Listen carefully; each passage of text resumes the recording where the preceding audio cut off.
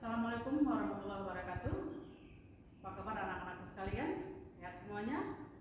Kami berdoa di sini, mudah-mudahan kalian selalu dalam kondisi walafiat, terutama pada masa pandemi ini. Baik anak-anakku, sehat semua?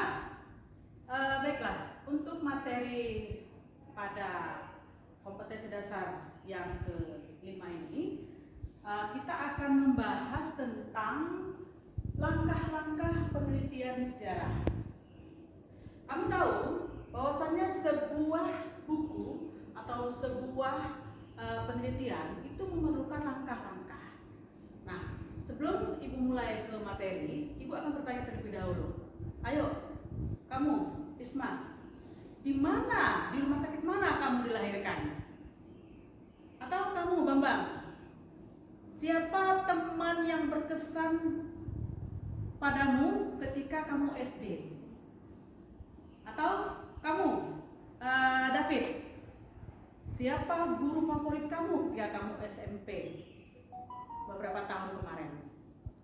Nah, tentu saja kamu punya kesan-kesan ketika masuk SD, pertama kali diantar oleh orang tua, kemudian ada rasa takut-takut, kemudian berteman dengan teman-teman kamu di kelas sendiri, kemudian bertutur sapa dengan guru-guru kamu, kemudian kamu tamat SMP, kamu tamat SD, kemudian kamu tamat SMP. Nah, inilah kemudian pada akhirnya tujuan pembelajaran yang akan kita lalui ini dengan metode proyek Based Learning. Kalian ibu minta untuk menjadi peneliti pemula. Apa itu peneliti? Orang yang menyelidiki, orang yang mencari tahu tentang suatu peristiwa yang kemudian dia lakukan beberapa langkah-langkah di bawah ini, pada akhirnya dia akan mendapatkan sebuah kesimpulan, dan kesimpulannya itulah nanti yang akan dituliskannya dalam sebuah buku, dalam sebuah tulisan. Tidak mudah anak-anak untuk menjadi seorang peneliti.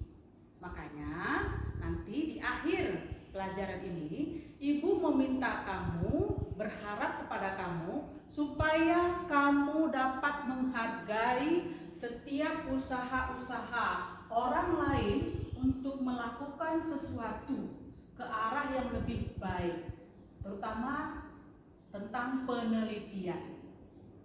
Maksud ibu, setelah ini, sikap atau karakter yang ibu kehendaki dari kamu, yang ibu inginkan dari kamu setelah melakukan beberapa tahap-tahap langkah penelitian ini adalah: pertama, kamu lebih disiplin dalam hal membagi waktu, kapan kamu harus mencari narasumber, kapan kamu harus membaca sebuah buku sebagai literasi kamu, kapan kamu memulai untuk menulis.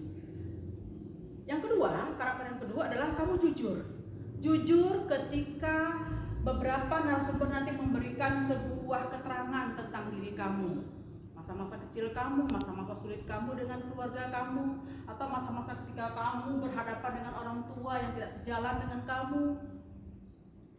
Karakter yang ketiga adalah kamu bertanggung jawab. Bertanggung jawab terhadap apa yang sudah kamu dapatkan, apa yang sudah kamu tulis, dan apa yang sudah kamu dapatkan pengalaman dari tahap-tahap penulisan ini. Dan yang terakhir anakku, kalian akan lebih teliti lagi, ya, lebih berdisiplin lagi dan bertanggung jawab serta mandiri dalam hal mencari sumber-sumber dari penelitian kamu. Nah, anak-anak peneliti pemula, sebelum kamu melakukan sebuah langkah-langkah dalam penelitian itu, ada baiknya kamu mencari terlebih dahulu apa kira-kira topik yang menarik yang akan kamu garap. Nah, dari ibu sendiri, ibu meminta kamu itu menjadi peneliti pemula. Kamu menuliskan mulai dari kamu lahir masa kanak-kanak kamu, kemudian masa memasuki usia sekolah kamu, kemudian masa memasuki menjelang kamu remaja yaitu masa SMP, di akhir-akhir SMP, dan masa pertama kali masuk ke sekolah SMA. Apa perubahan yang kamu rasakan? Nah, untuk itu ada 5 langkah penelitian sejarah. Pertama yaitu pemilihan topik. Nah, Ibu rasa pemilihan topik ini kamu sudah bisa mendapatkan sebuah gambaran, yaitu saya akan menulis sebuah biografi saya sampai saya menulis buku ini, atau sampai saya menulis tentang ini. Nah, pemilihan topik itu ya tentu saja harus menciut, tentu saja harus terdiri dari beberapa sub. Pertama, ketika kamu SMP, ketika kamu lahir, kemudian berkembang dalam keluarga, masuk TK, kemudian masuk SD, masuk SMP, kemudian masuk ke SMA. Nah, pemilihan topik ini jelas, ya, jelas sekali. Ya, boleh kita simpulkan pemilihan topik ini adalah masa kecil sampai SMA kelas 1 saya. Ya, itu pemilihan topiknya. Kemudian setelah kamu menetapkan topik yang kamu dapatkan, yaitu biografi tentang kamu beranjak ke tahap yang kedua, yaitu heuristik. Heuristik ini kalau di bahasa Indonesia itu berarti menemukan. Apa yang ditemukan? Yaitu sumber-sumber literasi yang dapat kamu temui, yang harus kamu temui sebagai bahan daripada penulisan kamu. Nah, mengenai sumber-sumber ini, kamu sebaiknya mengetahui yang mana yang sumber benda. Sumber benda ini bisa kamu dapatkan dari rumah sakit yang kamu temui, atau rumah sakit ketika orang tua kamu melahirkan kamu, atau rumah tempat tinggal kamu, atau sekolah TK kamu, atau sekolah SD kamu, atau sekolah SMA kamu.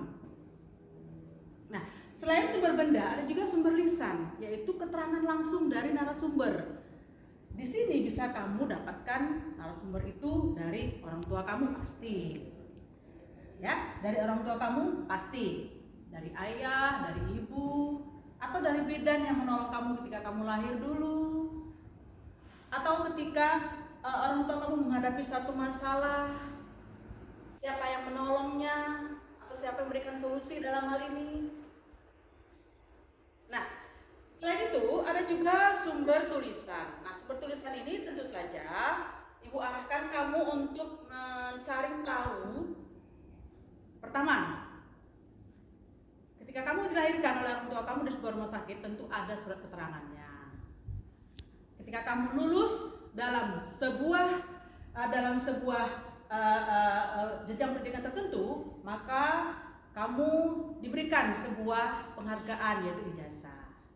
Atau sebelum dapat ijazah kamu dapat raport. Nah, itu adalah sumber-sumber tulisan. Nah, itu dalam ruang lingkup heuristik, anak-anak.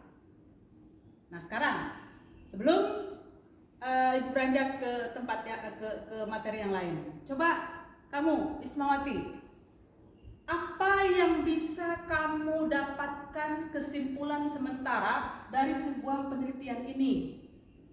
Ya, betul. Kamu mendapatkan sebuah gambaran tentang apa yang akan kamu lakukan, tentang apa yang sudah kamu lakukan, atau tentang apa yang akan kamu lakukan. Betul sekali. Ya, bagus Isma. Kemudian kita lanjut ke langkah yang ketiga, yaitu kritik. Ternyata tidak semua bahan-bahan yang kita dapatkan, sumber-sumber yang kita dapatkan itu betul atau valid. Tapi kita uji dulu. Makanya kritik itu berarti sebuah pengujian. Pengujian, apakah betul asli sumber surat-surat yang saya dapatkan? Atau apakah benar tetangga yang menolong saya ketika saya mendapatkan masalah, atau seorang perawat atau seorang dokter yang menolong saya. Apakah dia betul dokter yang bersangkutan? Nah, itu sebuah kritik. Nah, jadi kritik ini adalah sebuah tahap yang ketiga dari langkah-langkah penelitian di mana kamu akan mengedit, kamu akan mengkoreksi, kamu akan memilah-milah materi atau bahan-bahan yang sudah kamu dapatkan. Karena nggak semua bahan-bahan itu betul atau nggak semua bahan itu asli, seperti itu. Nah, setelah kamu mendapatkan kesimpulan dari sumber yang valid, yang benar, yang betul dan yang asli, maka langkah selanjutnya adalah kamu mulai membuat beberapa kesimpulan-kesimpulan. Nah, kesimpulan-kesimpulan ini berarti sebuah tulisan, namun bukan dalam bentuk sebuah cerita, belum dalam bentuk sebuah cerita, yaitu dalam bentuk tulisan-tulisan, kalimat-kalimat yang terpisah-pisah. Ya, yang terpisah-pisah. Oh ya betul, saya dilahirkan di sini, di rumah sakit ini. Oh ya betul, orang tua saya pekerjaannya ini. Oh ya betul, tetangga saya adalah ini. Oh ya betul, adalah dokter yang merawat saya. Oh ya betul, ini adalah ijazah yang saya terima. Ya, maka ini interpretasi ini kalau diterjemahkan dalam bahasa Indonesianya berarti penafsiran. Artinya beberapa rangkaian kalimat-kalimat yang belum tersusun namun sudah bisa dijamin kebenaran dari sumber yang kamu dapatkan itu. Bagaimana? Bisa dipahami anak-anak? Bisa ya? Insya Allah kalau kamu melewati ini dan bisa menghasilkan sebuah tulisan, kamu akan mendapatkan sebuah pengalaman di mana menjadi seorang peneliti itu, menjadi seorang penulis itu bukan perkara yang mudah. Dibutuhkan sebuah keberanian untuk mendapatkan dan mencari sumber-sumber sejarah itu. Nah, terakhir adalah historiografi, penulisan. Dari mana kita dapatkan bahan-bahan historiografi itu? Yaitu dari beberapa interpretasi, beberapa kalimat-kalimat, beberapa cerita-cerita yang terpenggal-penggal, yang belum tersusun, yang belum dirapikan, tapi sudah diedit melalui sebuah kritik. Nah, historiografi ini adalah tahap akhir dari sebuah penelitian, di mana kamu dengan berbagai sumber yang kamu dapatkan, maka kamu akan menyusun, mengarang, mendapatkan beberapa bahan, kemudian kamu menyusun. Betul, ternyata pertama dalam susunan itu kamu harus punya daftar isi. Judul dulu, kemudian daftar isi, baru kemudian pendahuluan, baru kemudian isinya. Ya. Nah, dari rangkaian historiografi inilah nanti kamu akan mendapatkan sebuah cerita menarik tentang diri kamu. Sebuah cerita tentang kehidupan kamu, perjalanan hidup kamu, Bagaimana kamu masa kecil dulu, bagaimana orang tua kamu menyayangi kamu, bagaimana tetangga-tetangga terdekat kamu yang sayang dengan kamu, bagaimana guru-guru kamu menyayangi dan membimbing kamu supaya kamu berhasil. Bagaimana orang-orang luar seperti dokter yang berusaha untuk bagaimana memudahkan orang tua kamu melahirkan, atau bagaimana orang tua kamu, terutama ayah kamu, mendapatkan penghasilan untuk perjuangan memberikan pendidikan dan kehidupan yang layak dan yang baik buat kamu.